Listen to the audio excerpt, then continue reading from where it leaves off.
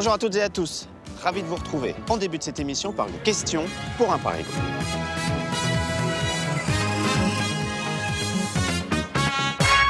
Attention, top, je suis à un nouveau réseau de transport en plein déploiement en Île-de-France. Une fois terminé, je serai 4 fois plus étendu que le Grand Paris Express. J'ai failli m'appeler RERV, alors même que je suis composé de 11 lignes distinctes. Avec moi, pas besoin de tickets ni même d'électricité, mais plutôt de pneus bien gonflés et de bons mollets. Je suis... Ah, j'avoue, hein, c'était pas simple, c'était le réseau VIF, le réseau vélo Île-de-France, et ses 750 km de pistes cyclables commencent enfin à se concrétiser après des années d'études et de concertations en tout genre. Pour autant, ce projet porté par la région Île-de-France est encore très loin de la ligne d'arrivée. Alors concrètement, quels sont les tronçons les plus avancés? Quelles sont les collectivités qui jouent le jeu et celles qui freinent? Dès demain, c'est ce que je vous propose de voir avec moi aujourd'hui. Pouvoir traverser la région de part en part à vélo via des pistes cyclables continues et sécurisées, c'est le miracle du VIF. Parigo vous présente les caractéristiques de ce nouveau réseau francilien. 450 km de pistes doivent être aménagées d'ici à la fin de l'année et près de 2 fois plus d'ici 2030. Une vraie révolution pour les cyclistes de petite et grande couronne. Entretien avec le collectif à l'origine du projet. Malgré les promesses, les aménagements prévus ne sont pas toujours au rendez-vous. Les blocages financiers, techniques ou politiques mettent à mal certains tronçons. Reportage sur 2 points chauds en Essonne et dans le Val-de-Marne. Alors comment convaincre les collectivités réticentes et quels seront les futurs itinéraires prioritaires d'ici 2030? C'est ce que nous verrons avec l'élu régional en charge du projet.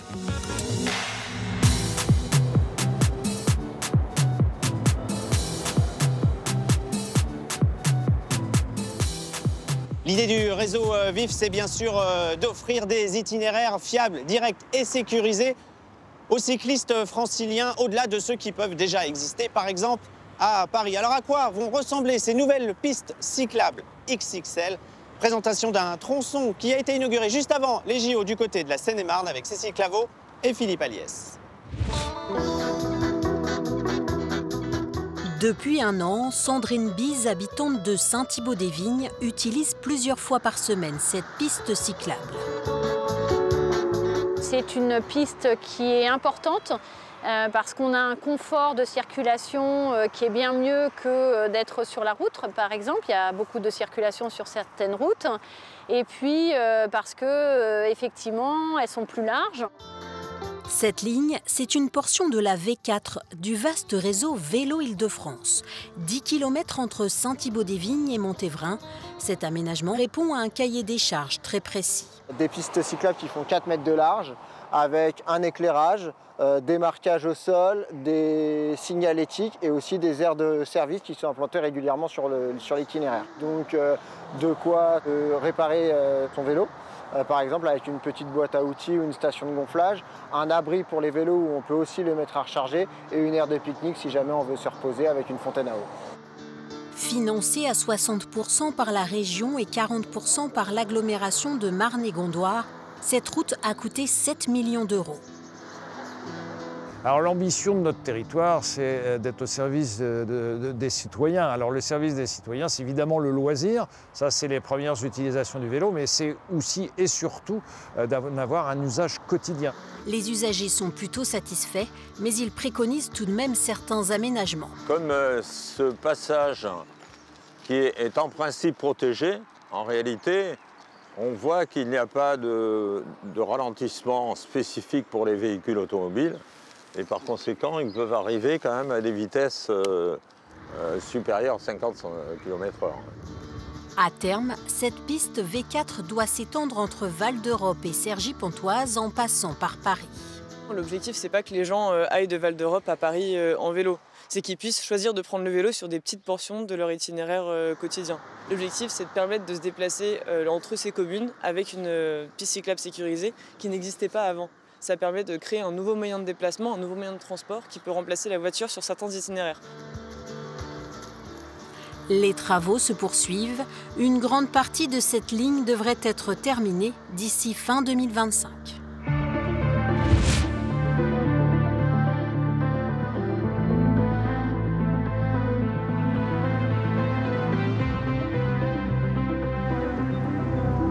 Bonjour Louis Belenfant. Bonjour Bertrand. Vous êtes directeur du collectif Vélo Île-de-France qui regroupe 45 associations de cyclistes dans toute la région. On se retrouve là sur la ligne V2. On est ici au Bourget et cette ligne qui est aujourd'hui achevée à 73% doit relier à terme l'aéroport Charles de Gaulle à Vélizy. Alors c'est votre collectif qui est directement à l'origine de ce réseau vélo Île-de-France que vous avez imaginé en 2019, qui a été adopté par le Conseil régional en 2020. Il y avait un vrai besoin quand même. Oui, exactement. Il y avait des milliers de kilomètres d'aménagements cyclables existants, mais pour autant, il n'y avait pas beaucoup de cyclistes dans la région Île-de-France. Ce qui manquait, c'était de la continuité, de la sécurité, finalement un réseau cyclable, comme on a un réseau pour la voiture, comme on a un réseau pour les transports en commun. On n'avait pas un réseau de pistes cyclables. Donc nous, on l'a dessiné. Alors on a bien compris, ce réseau vif, il ne s'agit pas de pistes lambda, mais de pistes qui sont continues et sécurisées. C'est une vraie différence par rapport à ce qui pouvait exister avant. Oui, la promesse du vif, c'est quand vous montez sur une ligne du vif, sur une piste cyclable du vif, vous avez une garantie de continuité, de sécurité. C'est-à-dire qu'au niveau du carrefour, souvent, la piste cyclable s'arrête, vous êtes jeté dans le vide et souvent, c'est là qu'on perd les cyclistes. Donc demain, sur le vif, le but, c'est que au niveau des carrefours ou au niveau de l'endroit difficile parfois à traiter, la piste cyclable continue. Alors ce chantier XXL, il avance tant bien que mal. Sur les 450 km de pistes qui sont attendus normalement d'ici à la fin de l'année, seulement 62% d'entre elles sont sorties de terre. Est-ce que vous êtes inquiet parce que l'échéance, elle arrive très vite quand même? Inquiet, non, parce que ce n'est pas une surprise. En réalité, il y a eu pas mal de retard, des études qui ont traîné. C'est dommage, parce que ce qu'on voit, c'est qu'il y a une vraie différence entre les territoires qui aujourd'hui ont le vif et ceux qui ne l'ont pas. Là, effectivement, on est par exemple sur l'ancienne Nationale 2, on est au Bourget. La Seine-Saint-Denis a bien travaillé. Il y a des bouts de belle qualité, comme ici, qui ont été réalisés. Et plus loin, même quand ce n'est pas encore finalisé, ils ont réalisé des choses temporaires pour garantir cette continuité, cette sécurité qui est vraiment le but du vif. Et des territoires comme Choisy-le-Roi, comme Créteil, comme Saint-Cyr-l'École, qui n'ont pas pris le tournant du vif, demain, ils vont s'en mordre les doigts parce qu'effectivement, dans le reste de l'Île-de-France, on aura ces belles pistes qui seront plébiscitées par les cyclistes. Alors, on l'a vu à Paris, l'usage du vélo a littéralement explosé avec la multiplication des pistes cyclables. Est-ce que vous pensez que ce réseau vif aura le même effet sur les cyclistes à l'échelle francilienne cette fois-ci? Parce que là, les distances sont beaucoup plus longues quand même. Il n'y aura jamais la même densité qu'à Paris. Paris est une ville ultra dense, donc forcément, il y aura un peu moins de cyclistes. Mais ce qu'on voit déjà en fait aujourd'hui dans les études, c'est que Paris, petite couronne, là où le réseau est de plus en plus dense, de plus en plus continu, et effectivement, il y a de plus en plus de cyclistes, ça attire de plus en plus de monde. Donc le mouvement est déjà en train de se faire et probablement, très probablement, qu'une fois le vif finalisé, on attirera des personnes qui, par exemple, galéraient dans les bouchons en voiture ou avaient des trajets en bus très peu attractifs, demain prendront le vélo grâce au vif. Merci beaucoup, Louis Belenfant, d'être venu pédaler avec nous. Maintenant, on va aller s'intéresser au point noir de ce réseau qui est parfois discontinu. Alors pourquoi ça coince? Prenons deux exemples concrets en compagnie de Joe Sakai et Christian Mirabeau. Ici, à Massy, voici une piste cyclable du nouveau réseau vélo Île-de-France. Jean-Marc Velers, responsable de l'association Mieux Circuler à bicyclette, se montre déçu de ce nouvel aménagement. Voilà, c'est pas très pratique. Le rétrécissement de la chaussée par la bande cyclable a quand même pas mal limité la vitesse des voitures, donc le danger réel est nettement moindre. Néanmoins, il n'y a pas le sentiment de sécurité qu'il faut vraiment pour un vif. Pour éviter ces débordements, les pistes doivent être séparées des véhicules motorisés et des trottoirs par un élément physique d'après le cahier des charges de la région. Ici représentée en rouge, la piste V8 entre Massy et Saclay et la V4 entre Vincennes et Nogent-sur-Marne ne sont pas entamées. Si à Vincennes la livraison est dans les temps, quelques mètres plus loin, aucune piste n'est prévue avant 2028. Là, la traversée du bois de Vincennes, Paris, tout est équipé, piste cyclable 4 mètres de large, on est vraiment sécurisé. Et là, on arrive Nogent-sur-Marne. Voilà, en fait, vous arrivez dans un océan de bitume. Les maîtres d'ouvrage de ces travaux sont les départements ou les communes en fonction des routes. Pour l'association Mieux Circuler à bicyclette, c'est au niveau local que ça coince. La région et les départements, ils sont opportunistes. S'ils perçoivent qu'il n'y a pas vraiment de volonté politique au niveau local, ils vont aller servir les autres. Mais lorsque la route est une départementale comme à Nogent-sur-Marne, la commune ne peut rien faire. La plupart des personnes s'insurgent en disant: «Voilà, la ville refuse». Non, la ville, est complètement supporter de l'approche et donc c'est au département, de faire, les études, de faire les demandes de financement et de procéder à la réalisation. Et aujourd'hui, le département du Val-de-Marne a privilégié, d'autres aménagements sur le territoire. À Nogent, un itinéraire alternatif passant par les voies communales va être créé en attendant la finalisation du réseau vif.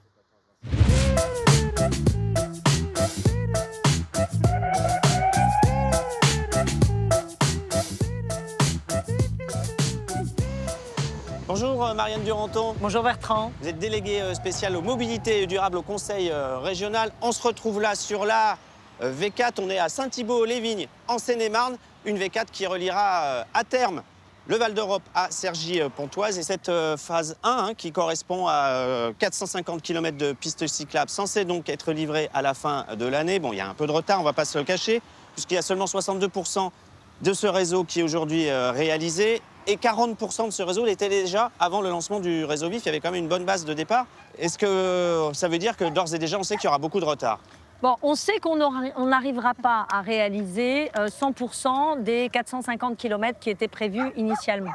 Mais pour autant, on va avoir une réalisation qui devrait s'échelonner à l'ordre de 80%. Et on voit, les blocages sont très différents les uns des autres. Ils sont parfois techniques, politiques, financiers.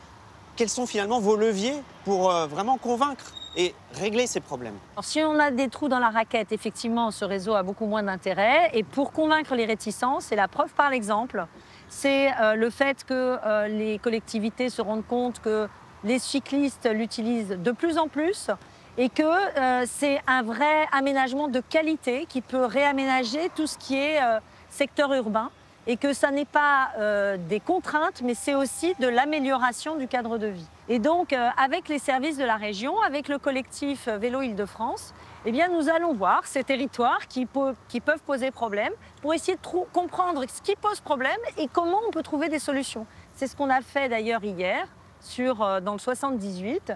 Et on a pu tous se mettre autour de la table et trouver des solutions sur un itinéraire et sur un futur aménagement du vif V4 ouest, non pas est, qui permettra d'avoir une bonne connexion. Alors venons-en à l'objectif final, 750 km de pistes cyclables inaugurées, si tout va bien, d'ici à 2030. Mais il reste quand même beaucoup de chemin à parcourir. Comment on s'y prend? Est-ce qu'il y a des lignes qui vont être prioritaires par rapport à d'autres? C'est le 4e schéma de transport sur l'Île-de-France. On a eu le métro, le RER, le Grand Paris Express, maintenant on a le vélo. Donc c'est vraiment conçu comme une architecture de transport, c'est pas de la petite connexion. Et donc il faut déjà finir ce qui est bien engagé. Et puis il y aura aussi à prendre en compte les besoins et les évolutions des territoires. Et notamment, je pense au plateau de Saclay. Ce n'est pas un des itinéraires les plus remarquables parce qu'on n'a pas réussi pour l'instant à avancer. Mais pour le coup, avec l'arrivée des étudiants, ça deviendra encore une fois un outil utile de cette intermodalité dont on a tant besoin sur l'Île-de-France. Merci beaucoup Marianne Duranton d'être venue pédaler avec nous. Voilà, c'est la fin de cette émission. J'espère que vous en savez un petit peu plus désormais sur ce réseau Vélo Île-de-France qui est en train de se concrétiser. Regardez à côté de chez vous, vous avez peut-être une belle piste cyclable qui est en train de sortir de terre. Nous, on se retrouve la semaine prochaine, même jour, même heure. Passez un très bon week-end. Salut. Au revoir.